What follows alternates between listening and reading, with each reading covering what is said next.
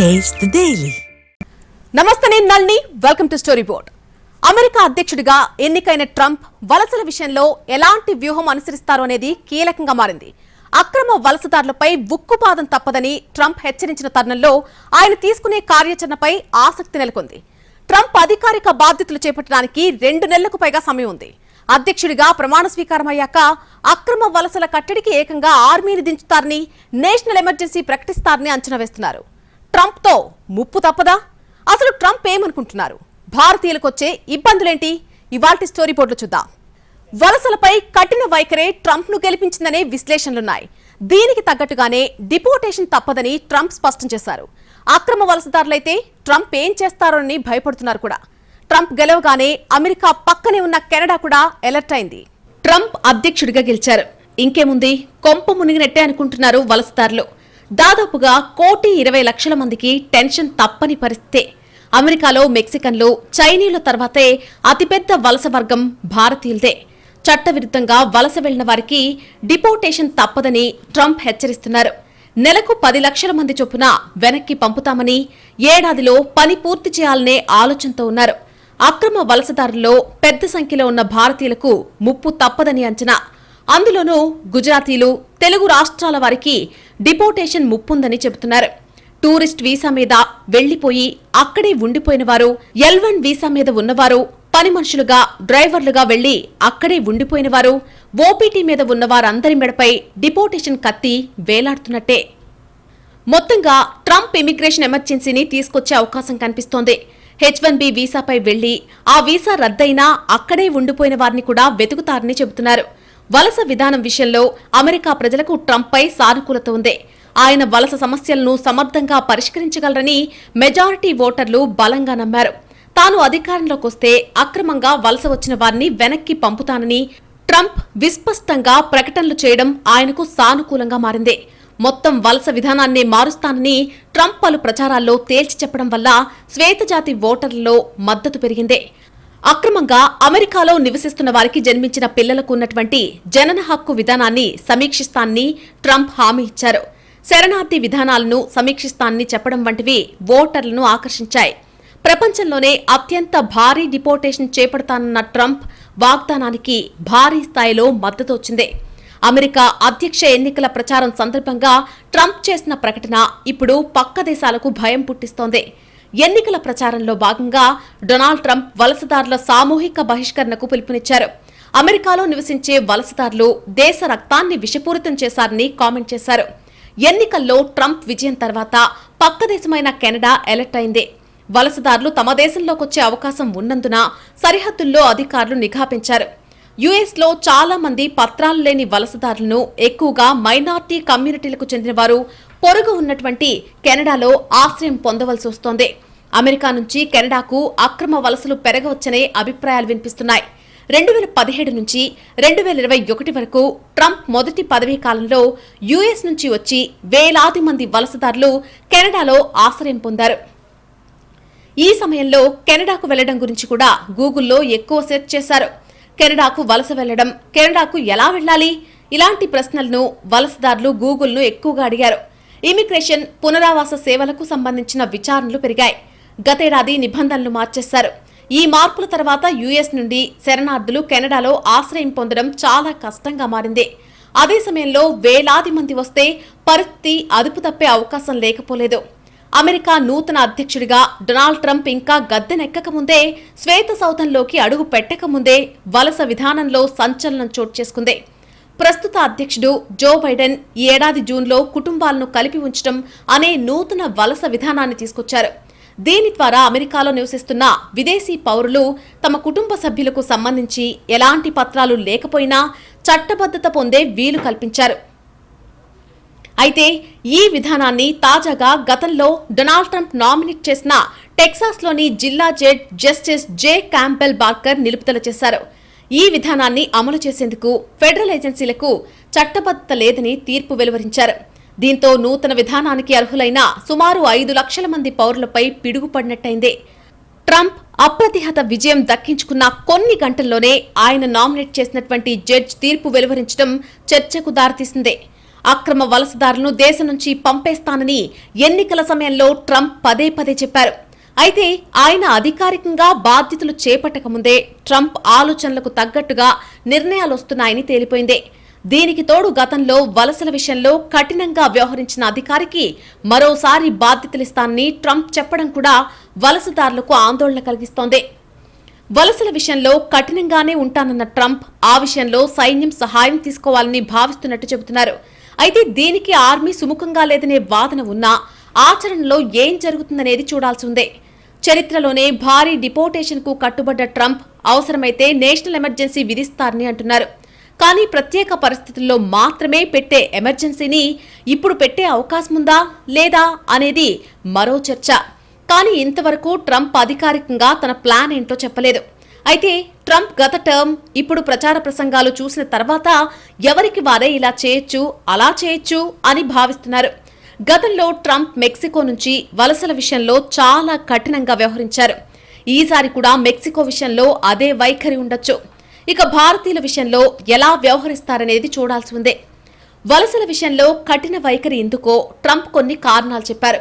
వలసలకు పూర్తిగా వ్యతిరేకం కాదు, అక్రమ వలసలకే వ్యతిరేకమని స్పష్టంగా చెప్పారు.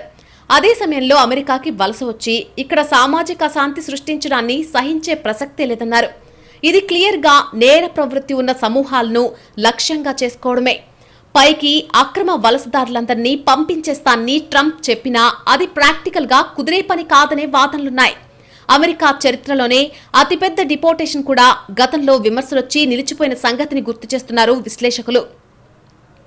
కాబట్టి వలసల విషయంలో ట్రంప్ చెప్పినంత దూకుడుగా వెళ్లకపోవచ్చనే అంచనాలున్నాయి. అయితే ఆయనకంటూ ఖచ్చితంగా ప్లాన్ ఉంటుందని, అదేంటి అనేది అధ్యక్షుడిగా పదవీ బాధ్యతలు చేపట్టిన తర్వాత తెలిసే అవకాశం ఉంది.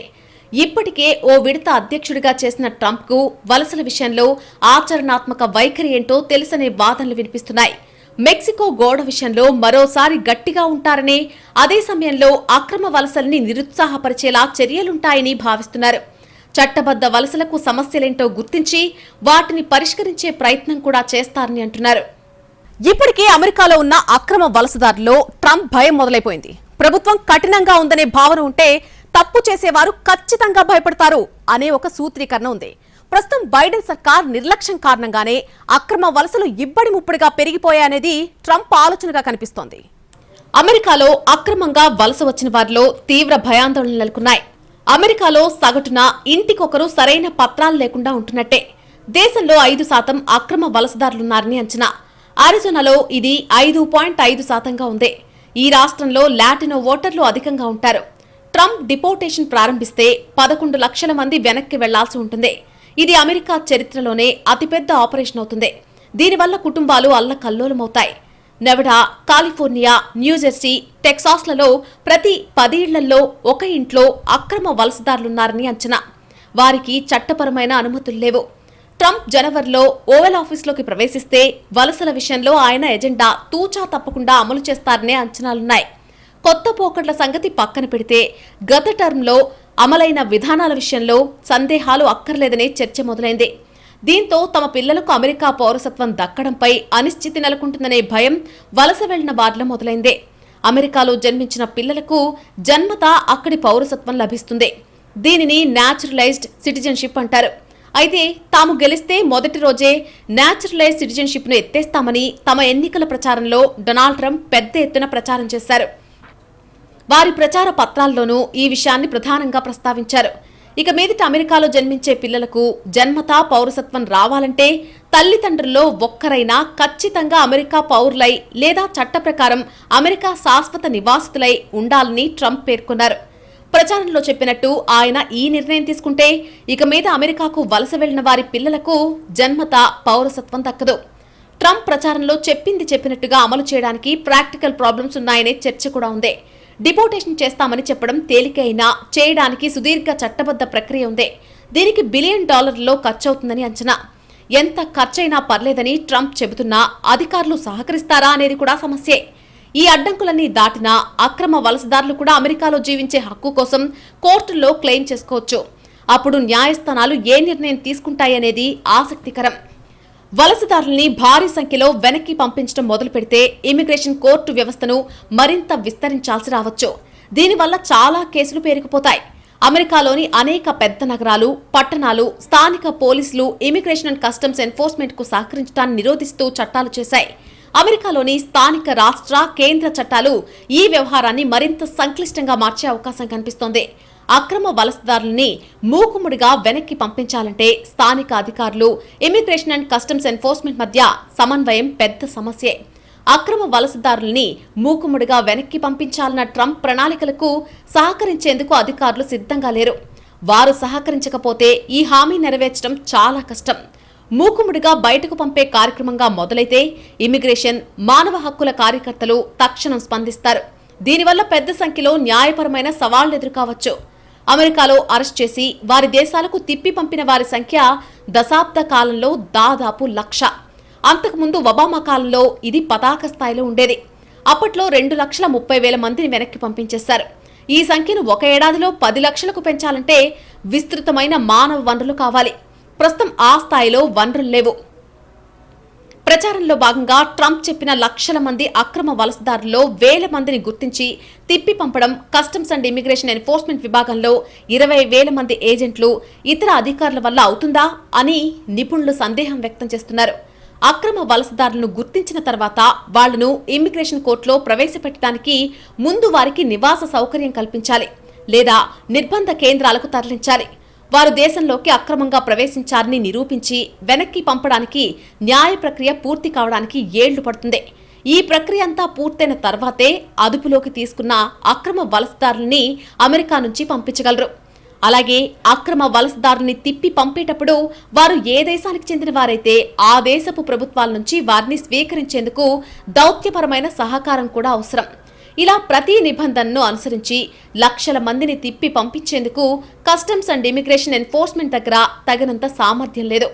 డిపోర్టేషన్ల కోసం అవసరమైతే జాతీయ భద్రతా బలగాలు లేదా అమెరికన్ సైనిక బలగాల సాయం తీసుకుంటానని ట్రంప్ చెప్పారు.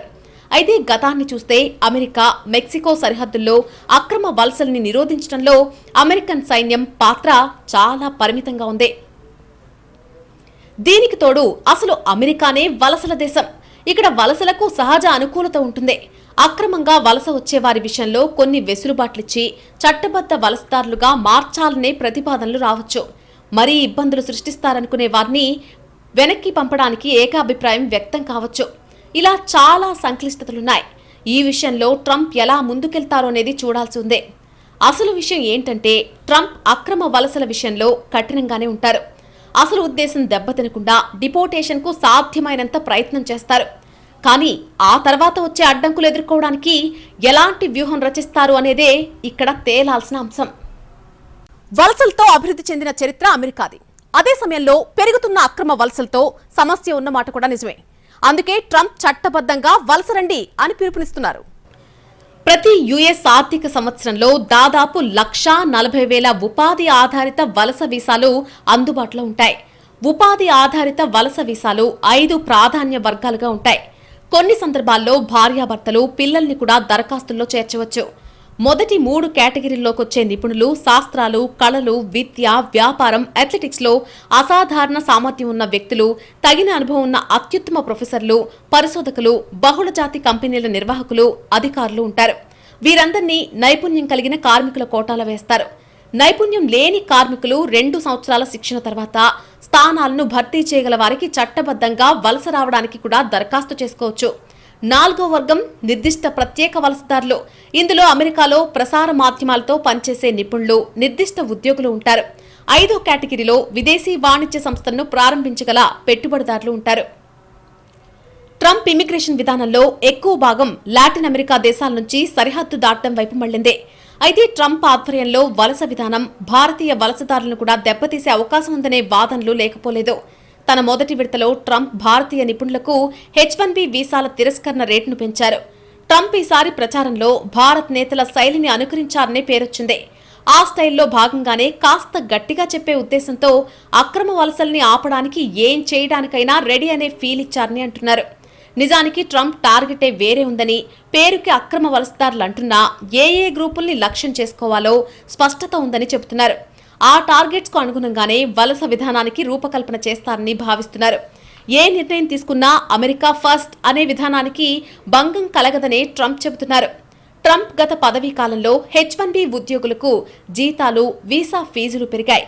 ఈ వ్యవధిలో ప్రస్తుతం 85,000కి పరిమితం చేసిన H-1B వీసా వార్షిక కేటాయింపును ట్రంప్ ప్రస్తుతం పునఃపరిశీలించొచ్చని నిపుణులు చెబుతున్నారు.